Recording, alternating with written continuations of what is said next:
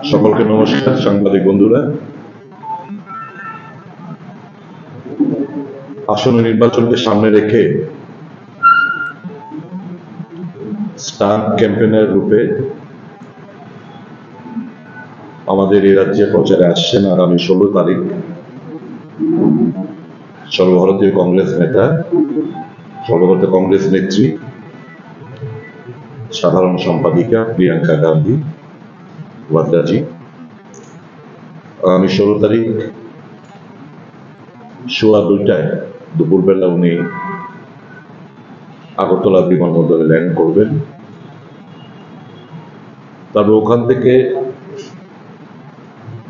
একটা রোড শোর মাধ্যমে আগরতলা এয়ারপোর্ট থেকে পুরনো গভর্নর হাউস থেকে রাজবাড়ী উত্তর গেট থেকে ভারতজন সংঘ হয়ে কর্নেল চমুনি হয়ে বিদ্যুৎকর্তা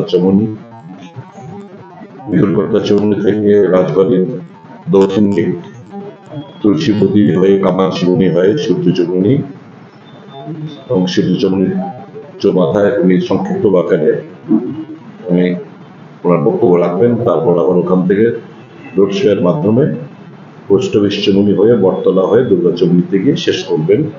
এটাই আমাদের কর্মসূচি। আগামী 16 তারিখ আমাদের সর্বভারতীয় কংগ্রেস নেত্রী প্রিয়াঙ্কা গান্ধী রাজ্যে আসছেন। আমরা এপিল করব সমস্ত জনগণের কাছে, সুবিধা সম্পন্ন জনগণের কাছে এই প্রোগ্রাম সাকসেসফুল করার জন্য সবাই যেন এগিয়ে আসেন এবং দুটো আসনে কংগ্রেস এবং সিপিআইএম প্রার্থীদের অনুকূলে ভোট প্রদান করেন। কারণ দেশ আজকে একটা ধর্মযুদ্ধের মতো অবতীর্ণ হয়েছে। মহাভারতের যুদ্ধে একদিকে কৌরবদের সংখ্যাটা বিরাট বড় সৈন্য ফৌজ ছিল তাদের, আরেকদিকে পাণ্ডব সংখ্যা কম কিন্তু ধর্ম ছিল দেশ। ঠিক তেমনি দেশের নির্বাচনে কৌরবদের সাথে বিশাল পরিমাণ লোক রয়েছে, সন্দেহ নেই কর্মীরা রয়েছে। যদিও কর্মীরা একটা বিশাল অংশের ভোট আমরা জানি আমাদের পক্ষে আসবে। আর আমাদের সাথে রয়েছে আমাদের ন্যায় ধর্ম। এই ধর্মযুদ্ধে অধর্মের পতন হবে এবং সত্যের জয় হবেই। আমি সকলের কাছে আবেদন রাখবো আগামী 16 তারিখ এই যে রোড শো, এই রোড শো প্রোগ্রামকে সাকসেসফুল করার জন্য ইন্ডিয়া জোটের সমস্ত কর্মী সমর্থক ভাই বন্ধুদের এগিয়ে আসার জন্য এবং সাধারণ মানুষকে এগিয়ে আসার জন্য। ধন্যবাদ। এটুকু আমার বক্তব্য। কোনো প্রশ্ন থাকলে করতে পারেন, পরবর্তী সময় আমাদের ফেডারেশনের তরফ থেকে রেসপেক্ট করা হবে।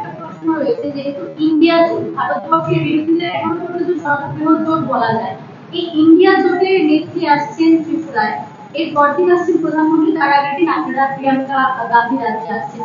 শুধুমাত্র রোড শো এর মধ্যে কেন সীমাবদ্ধ রাখছেন? কোনো জনসভা কেন? দেখুন, আমি বলি একটা কথা, শাসক দলের সম্পর্কে একটা অ্যাডভান্টেজ থাকে।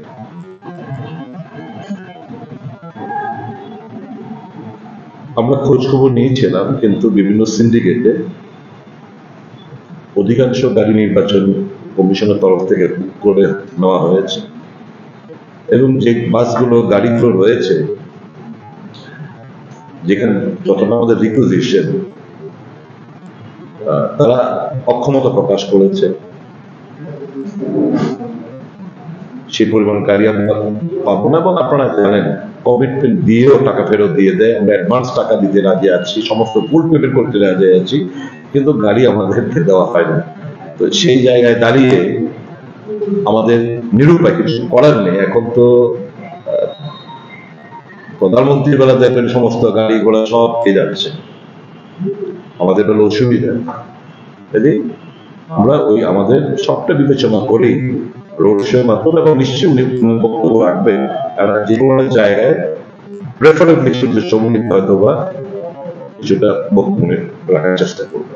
সেই জায়গাটি নির্ধারিত করলে কোথায় ঠিক বক্তব্য রাখবেন? মানে চলার পথেই উনি একটু দাঁড়িয়ে কয়েকটি কথা বলবেন, বলা যায় সম্ভব চেষ্টা করছি সূর্য চমনির মধ্যে দাঁড়িয়ে কথাটা বলার জন্য।